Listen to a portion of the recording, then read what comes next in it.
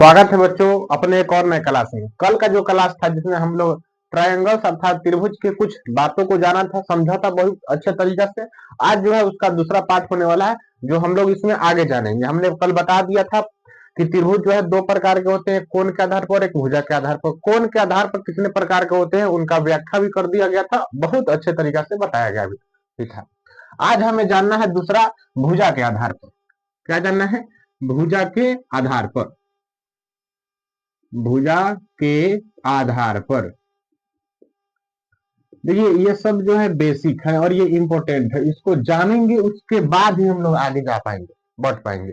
हमने कोण के आधार पर जो था त्रिभुज तीन प्रकार के बताया था, थोड़ा रिकॉल कीजिएगा। न्यून कोण, समकोण, अधिक कोण।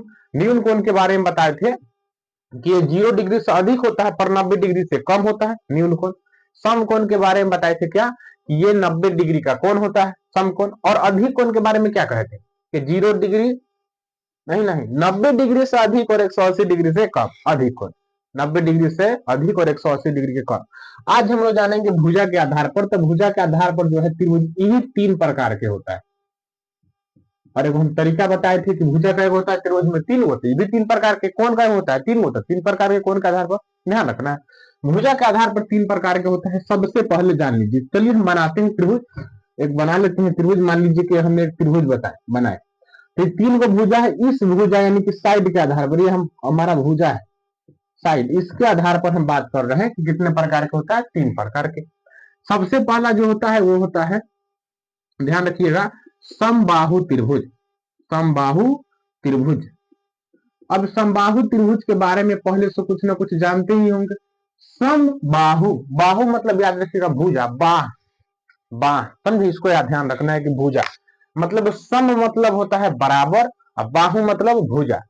बाहु मतलब भुजा, मतलब जिसके सभी भुजा बराबर हो। सभी भुजा क्या हो? बराबर हो, सभी बाह बराबर हो, तो कथी कहलाएगा? समबाहु कहलाएगा।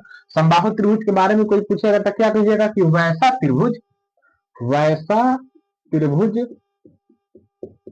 वैसा त्रिभुज जिसके तीनों भुजा, जिसके तीनों भुजा चाहे सभी भुजा, जिसके तीनों भुजा बराबर होते हैं, चाहे आपस में बराबर होते हैं। समझे, मतलब सब बराबर होना चाहिए। जिससे समझिए, अगर ये हम बनाए जो समबाहु त्रिभुज कहें कि ये समबाहु त्रिभुज है, तो अगर इस भुजा की लंबाई अगर 5 मीटर है ना, तो इस भुजा की लंबाई कितना होगा? 5 मीटर। और इस भुजा का भी लंबाई कितना होगा? 5 मीटर। तो ये कहलाएगा अपना समबाहु त्रिभुज। इसके बारे में कुछ जान लीजिएगा कि इसमें जो है ना प्रत्येक कोण 60 डिग्री का होता है। समबाहु त्रिभुज में प्रत्येक कोण 60 डिग्री का होता है। और कुछ ना कुछ इसमें जानते होंगे, तो कोण को याद रखना है कि इसमें प्रत्येक कोण कितने डिग्री का होता है। यहाँ पर जो कोण बनता है यानी कि थीटा का जो मान लेते हैं कोण को हम थीटा, उसका मान कितना डिग्री होता है? 60 डिग्री का, प्रत्येक का, प्रत्येक एक का। और तीनों का कितना हो जाएगा? तो 180 डिग्री होता है। तो ये हो गया अपना भुजा के आधार पर पहला समबाहु। समबाहु मतलब कि जेकर सब भुजा सम हो, बराबर हो, सब बाह बराबर हो, तो समबाहु। समझे? दूसरा क्या होता है, ये सब नाम पर ही डिपेंड है, बहुत आसान होता है, ज्यादा कुछ भारी है नहीं। दूसरा जो होता है अपना होता है समद्विबाहु। समद्विबाहु, समद्विबाहु त्रिभुज। अब समद्विबाहु त्रिभुज के बारे में क्या जानते हैं? अब नाम से पता चल रहा है, सम मतलब बराबर, द्वि मतलब दो गो, और बाहु मतलब भुजा, मतलब जेकर दू गो भुजा बराबर हो। कई गो भुजा? दू गो भुजा बराबर हो, क्या कहलाएगा? समद्विबाहु त्रिभुज। मतलब कि जिसमें दो भुजा, जिसमें दो भुजा आपस में क्या होते हैं? बराबर होते हैं। दो भुजा आपस में बराबर होते हैं। कितने भुजा? दो भुजा आपस में बराबर होते हैं, वो क्या कहलाएगा? समद्विबाहु त्रिभुज कहलाएगा। जैसे में समझिएगा, जैसे मान लीजिए कि हम एगो बनाए, हम बनाए एगो, चलिए बनाते हैं। मान लेते हैं कि हमने एगो ये त्रिभुज का आकलन किया। ऐसे समकोण त्रिभुज है पर समझने के लिए बता रहे हैं कि अगर ये भुजा अगर मान लीजिए 10 मीटर है और ये भी 10 मीटर है और ये कुछ और है, मान लेते हैं इसको ही 15 मीटर है, और खुद से माने हैं, समझे, 15 मीटर है, तो जिसके दो भुजा आपस में बराबर हो, मतलब इस भुजा का मान इसके मान के क्या है? बराबर है। तो दो भुजा आपस में बराबर है कि नहीं है, तो ये कहलाएगा समद्विबाहु।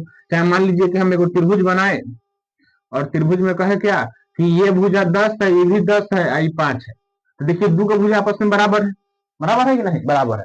तो मतलब जिसमें दो गो भुजा आपस में बराबर हो वो कहलाएगा समद्विबाहु त्रिभुज। कौन त्रिभुज? समद्विबाहु त्रिभुज।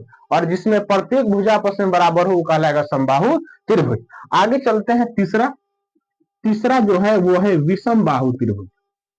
विषम बाहु त्रिभुज, विषम बाहु त्रिभुज। अब विषम बाहु त्रिभुज के बारे में क्या जानते हैं बताइए? नाम ही लग रहा है विषम, मतलब कोनो बाह हाथ आपस में भुजा बराबर नहीं है, विषम है। मतलब जिसके प्रत्येक भुजा अलग अलग हो, कोनो 5 सेंटीमीटर हो, कोनो 6 सेंटीमीटर हो, कोनो 8 सेंटीमीटर हो, बराबर नहीं होना चाहिए, तो कथी कहलाएगा? विषम बाहु त्रिभुज। क्या लिखेंगे? बस इसको हम सुन लीजिए, मेरी बात को सुनिए, आपको याद हो जाएगा, डबल पढ़ने की जरूरत नहीं पड़ेगा। समबाहु मतलब जेकर सब बाह बराबर हो, समद्विबाहु मतलब जेकर दो गो बाह बराबर हो, द्वि आ रहा है नाम में। और विषम बाहु मतलब जेकर कोनो बाह कोनो भुजा बराबर नहीं हो। क्या लिख सकते हैं कि जिसमें कोई भुजा आपस में बराबर नहीं होते। समझे? तो जिसमें कोनो भुजा आपस में बराबर नहीं होते, जैसे मान लीजिए हम त्रिभुज बना और त्रिभुज बना के कहें आपसे कि त्रिभुज हो गया कि ई है अपना 10 मीटर, ई है 8 मीटर और इसको कहे कि ये 6 मीटर, मतलब ये कोनो भुजा आपस में बराबर है? नहीं है। ई 10, ई 8, ई 6 जब बराबर नहीं है तो कहलाएगा विषम बाहु त्रिभुज। जैसे कि हम लोग जो है कोण के आधार पर पढ़ चुके थे 3 प्रकार के, उसी प्रकार आज हमने जो था भुजा के आधार पर पढ़ लिया। ध्यान रखना है, सुनना है ध्यान से। भुजा के आधार पर त्रिभुज होते हैं 3 प्रकार के। एक होता है समबाहु, मतलब जिसमें सब भुजा आपस में बराबर हो। समद्विबाहु मतलब जिसमें दो भुजा आपस में बराबर हो। और विषम बाहु कहने का आशय है कि जिसमें कोनो भुजा आपस में बराबर नहीं हो। तो ये आपका हो गया भुजा के आधार पर। और इसका जो है क्लास 10 में हम लोग सिर्फ जानने के लिए जान लिया है, पर ज्यादातर पढ़ना है कोण के आधार पर, उसके बारे में जानेंगे। इस पर भी पढ़ना है, ये भी जरूरी है, इसको नोट कर लीजिएगा। अब जो चलते हैं अगला जो है, हम लोग कल कोण के आधार पर कुछ पढ़े थे, इसमें कुछ बात अगर त्रिभुज पढ़ रहे हैं उसमें हम लोग धीरे धीरे सबको समझते चलेंगे।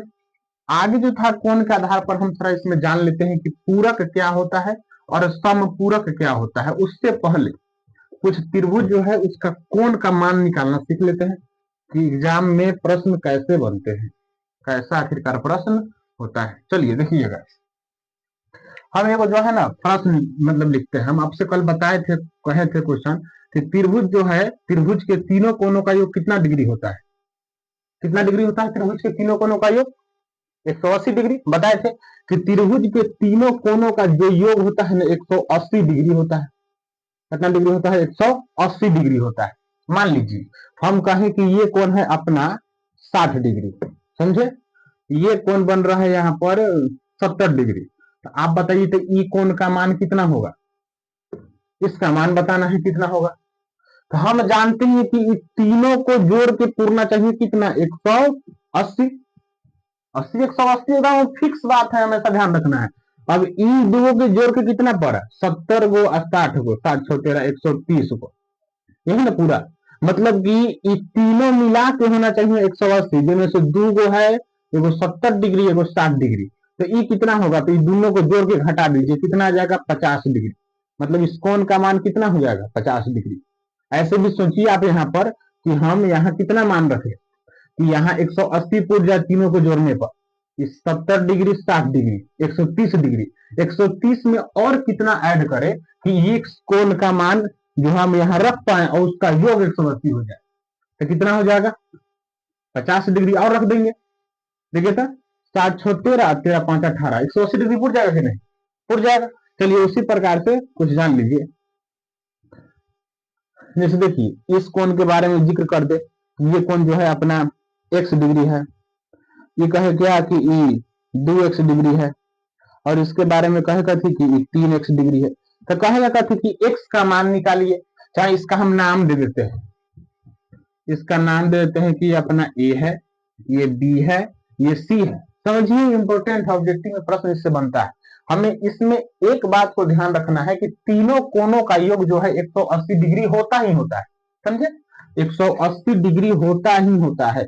अब देखिए तीनों कोनों का योग 180 जोड़ 180, तो ये तीन कोने ए गो एक्स दो गो एक्स का एक्स हो जाएगा 3 गो एक्स, और 3 गो का गो 6 गो एक्स। हमारा तो जोड़ने को मिल रहा है 6 गो एक्स, पर है कितना, मान वास्तव में होता कितना है। ऐसे भी जब भी ऐसा प्रश्न मिलेगा बनाने के लिए तो क्या लिखेगा कि हम जानते हैं कि कोण ए प्लस कोण बी प्लस कोण सी बराबर में कितना डिग्री 180 डिग्री। जानते हैं कि नहीं जानते हैं। कोण ए का मान कितना है बताइए, तो कोण ए का मान x डिग्री, कोण बी का मान 2x डिग्री, कोण सी का मान 3x डिग्री। अब बराबर में कितना 180 डिग्री होना चाहिए। अब जोड़िए इसको, 1 2 3 3 6x, 6x का मान कितना है 180 डिग्री। अब 6 से काटिएगा, 6 3 का 18 30 मरतबे कट जाएगा, मतलब x का मान कितना आ जाएगा 30 डिग्री। आ जाएगा नहीं x का मान 30 डिग्री, मतलब x का मान 30 निकल गया, मतलब x है तो इसका मान 30। यहाँ 2x है मतलब 30 में 2 से गुना करेंगे 60, यहाँ 3x है 30 में 3 से गुना करेंगे 90। तो इस प्रकार से आप क्या कर सकते हैं, इसका मान निकाल सकते हैं। चलिए हम एक प्रश्न देते हैं, उसका जवाब आपको कमेंट बॉक्स में देना है, और देना ही देना है। आप लोग देखते हैं कमेंट में उसका जवाब नहीं देते हैं, जो देना जरूरी है, बहुत जरूरी है उसका जवाब देना। वीडियो को फुल वॉच कीजिए, ज्यादा जरूरी है आपके लिए। चलिए देखिए, हम एक प्रश्न देते हैं, इसका जवाब को कमेंट बॉक्स में देना है। हम यहाँ लिख देते हैं, ये है अपना मान लीजिए 45 डिग्री, और ये है ये 60 डिग्री है। आप जो है इस कोण का मान बताइए। हम नाम दे देते हैं कि ये ए है, बी है, सी है, मतलब कि कोण ए सी बी का मान क्या होगा, आपको कमेंट बॉक्स में इसका जवाब देना है। तो ये हो गया आपका कोण के जो है कुछ प्रश्न बनते हैं कोण के आधार पर, तो यहां से आप प्रश्न को बना लीजिएगा। अब चलते हैं कुछ जो बात है जो ज्यादा जरूरी है जानना, वो है पूरक और समपूरक। ये क्या होता है, नाम सुने होंगे आप लोग कि पूरक कोण क्या होता है और समपूरक कोण क्या होता है। देखिए पूरक कोण जो होता है ना, पूरक कोण के बारे में जानेंगे कि पूरक कोण की ऐसा कोण है जिसका योग जो है ना 90 डिग्री होता है। 90 डिग्री का कोण बनता है पूरक में, मतलब कि कोनो ऐसा दो कोण होगा जिसका योग कितना पूरना चाहिए 90 डिग्री पूरना चाहिए। पूरक कोण जो है मतलब कि जिन दो कोणों का योग 90 डिग्री हो, मतलब कोई दो कोण हो और उसका योग 90 डिग्री पूर जा रहा हो तो वो कहलाएगा पूरक कोण। ध्यान रखिएगा कि जिन दो कोणों का योग कितना डिग्री पूरना चाहिए 90 डिग्री। मतलब लिख सकते हैं कि दो कोणों का योग, अभी इससे कुछ प्रश्न देंगे आपको बताएंगे, दो कोणों का योग कितना डिग्री हो 90 डिग्री हो, वह पूरक कोण कहलाता है। पूरक कोण कहलाता है, पूरक कोण कहलाता है। मतलब जेकर दो कोण को जोड़े अगर 90 डिग्री पूर जा रहा है, मतलब मान लीजिए कोण ए प्लस कोण बी का मान अगर 90 डिग्री है तो ये कहलाएगा पूरक कोण। क्या कहलाएगा, पूरक कोण। इससे प्रश्न बनता है सीधा सीधा, जिससे आपसे प्रश्न पूछेगा बताइए कि 0 डिग्री का पूरक कोण क्या होता है। बताइए कि 0 डिग्री में और कितना डिग्री जोड़े कि उस मतलब वो पूरक कोण बन जाए, पूरक कोण बन जाए। मतलब दो कोण का योग होना चाहिए 90 डिग्री। अब 0 डिग्री में और कितना जोड़ेंगे, तो 0 डिग्री में मान लीजिए कि अगर हम और जो है 90 डिग्री जोड़ दे तो हमारा क्या बन जाएगा, पूरक कोण। मतलब प्रश्न बनता है 0 डिग्री का पूरक कोण होता है 90 डिग्री, और 90 डिग्री का पूरक कोण होता है कौन 0 डिग्री। मतलब दो कोण का योग अगर 90 पूर रहा है तो वो एक दूसरे का होते हैं पूरक। समझे, जैसे कि यहाँ हम लिख देते हैं, कुछ लिखते हैं समझिएगा। जैसे मान लीजिए हम यहाँ पर लिख दे 30 डिग्री, तो बताइए 30 डिग्री का पूरक कोण क्या होगा। तो कौन सा यहाँ पर मतलब कोण को जोड़े जिसका दोनों का योग 90 पूर जाए। 30 है, आप 30 में क्या कीजिए यहाँ पर कि 60 डिग्री जोड़ दीजिए, तो 30 60 जो है एक दूसरे का पूरक है। समझ में आ रहा है, एकदम ऑब्जेक्टिव बनता है प्रश्न, इग्नोर नहीं करना है। जैसे मान लीजिए हम यहाँ लिख दे 45 डिग्री, 45 डिग्री, 45 डिग्री में और हमें क्या जोड़ना होगा कि यहाँ पर जो है दोनों का योग 90 बन जाए, तब 45 डिग्री। ऐसा प्रश्न बन सकता है कि 45 डिग्री का पूरा कोण ही क्या होता है, तब 45 डिग्री ही होता है। समझ में आया। तो ये पूरा कोण होगा कि जिनमें दो कोणों का योग कितना डिग्री होना चाहिए 90 डिग्री पूरना चाहिए। तो ये कहलाएगा अपना पूरक कोण। समपूरक सेम उसी प्रकार से है, सेम उसी प्रकार से, मतलब जिसमें दो कोणों का योग कितना डिग्री होना चाहिए, 180 डिग्री हो जाना चाहिए। तो ये अपना पूरक हो गया, इसको ध्यान रखिएगा, यहाँ पर ध्यान रखना है। दूसरा, जिसमें दो कोणों का योग, जिसमें दो कोणों का योग 180 डिग्री हो, वह पूरक कोण का, सॉरी संपूरक में लिख रहे हैं, वह समपूरक कोण कहलाता है। समझे? मतलब जिनमें दो कोण का मान कोण ए और कोण बी मान ले, तो इसका दोनों कोण है, इसका योग कितना होना चाहिए, 180 डिग्री होना चाहिए। तो ये जो रहा हमारा कुछ बेसिक बात रहा, जिसको जानना बहुत जरूरी था त्रिभुज को पढ़ने के लिए। कल से जो है अपना त्रिभुज का मेन चैप्टर शुरू होगा, जिसमें हम लोग बेसिक से जानेंगे कि समरूप क्या होता है, सर्वांग क्या होता है, समझे, समरूप आकृति क्या होता है, जो भी है पहले, जो मतलब बच्चों को शब्द ही समझ में नहीं आता है कि इसका मतलब क्या होता है, इसका मतलब क्या होता है, कल उसको हम समझेंगे। कल का क्लास और इंपॉर्टेंट होने वाला है।